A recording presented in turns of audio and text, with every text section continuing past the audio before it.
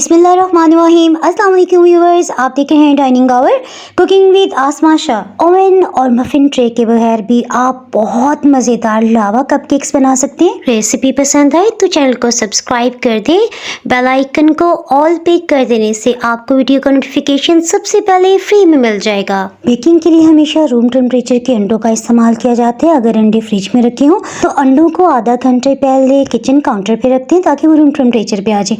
अंडों को हमने अलग अलग तोड़ के डाला है ताकि अगर कोई एक अंडा भी ख़राब हो तो ये सभी मिक्सचर ख़राब ना हो। इसमें आप हैंड विस्क का इस्तेमाल भी कर सकते हैं और चाहें तो एग बीटर भी यूज़ कर सकते हैं।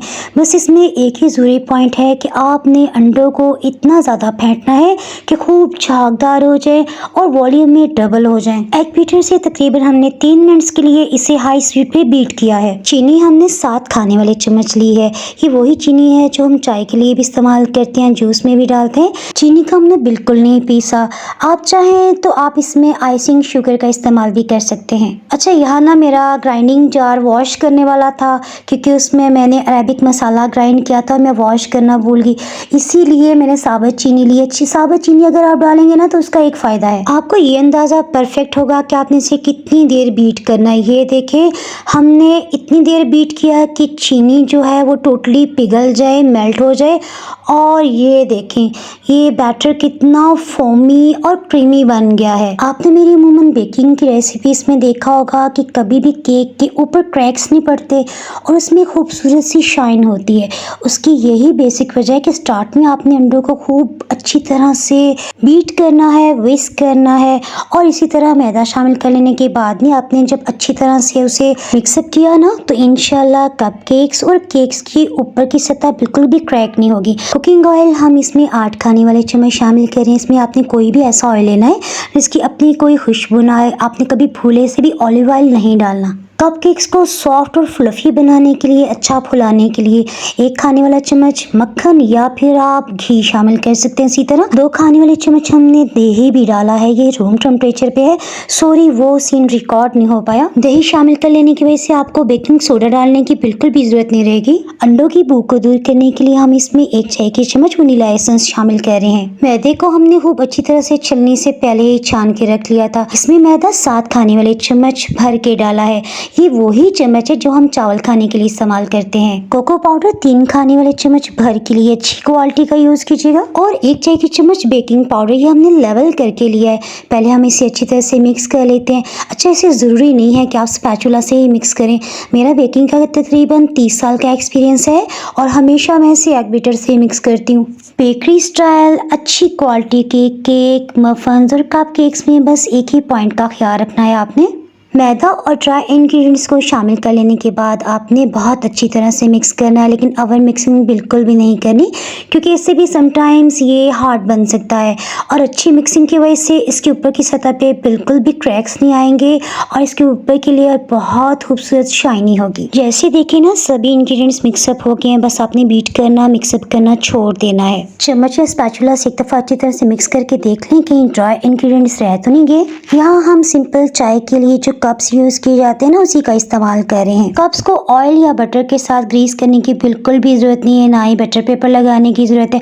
बस आपने एक ही पॉइंट का ख्याल रखना है कि ये चाय के कप्स जो है ना, ये अंदर से बिल्कुल खुश्क हो, यानी हल्की सी भी पानी की नमी ना हो।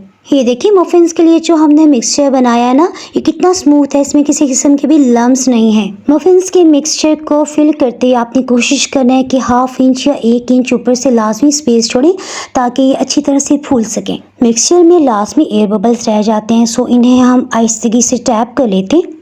मफिन्स को हम पतीले में बेक कर रहे हैं, सो इसके लिए हमने 2 छोटे प्यालों में पानी डाला है। हीट को मीडियम लो रखते हुए हमने 5 मिनट्स के लिए इसे प्री हीट कर लिया है। छोटे बॉल्स में जैसे पानी बॉइलिंग पॉइंट पे आएगा ना, इसका मतलब है कि बेकिंग के लिए पतीले का परफेक्ट टेम्परेचर तैयार हो गया है। हीट से स्टीम बनेगी जिससे इंशाल्लाह मफिन्स बहुत ही सॉफ्ट बनेंगे। ढक्कन को हमने कपड़े से रैप कर लिया। कपकेक्स को रख लेने के फ़ौरन बाद से हम हीट को मीडियम लो से बिल्कुल लो कर देंगे। जैसे चावलों को दम देते हुए हीट रखी जाती है ना, बस वही टेम्परेचर हम रखेंगे। बिल्कुल लो हीट पे से बेक होते तकरीबन 30 मिनट्स गुजर चुके हैं। इसमें मैं आपको अपनी सीक्रेट टिप बताती हूँ जो मैं अपनी बेकिंग की हर रेसिपी में आपसे शेयर करती हूँ। बेकिंग के फ़ौरन बाद इनका टेम्परेचर बहुत हाई होता है, सो आपने कभी भी इसे ओपन किचन काउंटर के ऊपर नहीं छोड़ना। इसे आप हॉट पॉट या एयरटाइट किसी भी बॉक्स या पतीले में रखते हुए ढक्कन से कवर कर दें।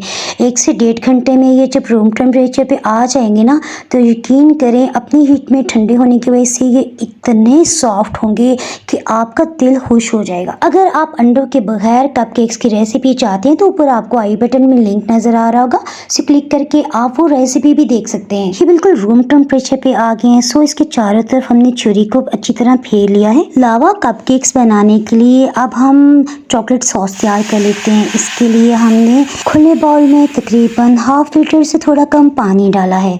आपकी सहूलियत के लिए आज मैं स्पेशली चॉकलेट बार्स लेके आई हूँ। हमने कोई भी खाने वाली ऐसी चॉकलेट ले लेनी है जिसके अंदर बिस्किट्स ना हो। इसराइली प्रोडक्ट्स का तो हमने बाइकआउट किया हुआ ना, सो ये कैंडीलैंड की हमने चॉकलेट ली है। ये 50-50 की 2 चॉकलेट थी। इसी तरह आप इनोवेटिव्स की भी चॉकलेट ले सकते हैं। चॉकलेट को हम डबल बॉयलर के जरिए से मेल्ट कर रहे हैं। चॉकलेट सॉस बनाने के लिए हम इसमें 3 से 4 टेबलस्पून कुकिंग ऑयल डाल रहे हैं।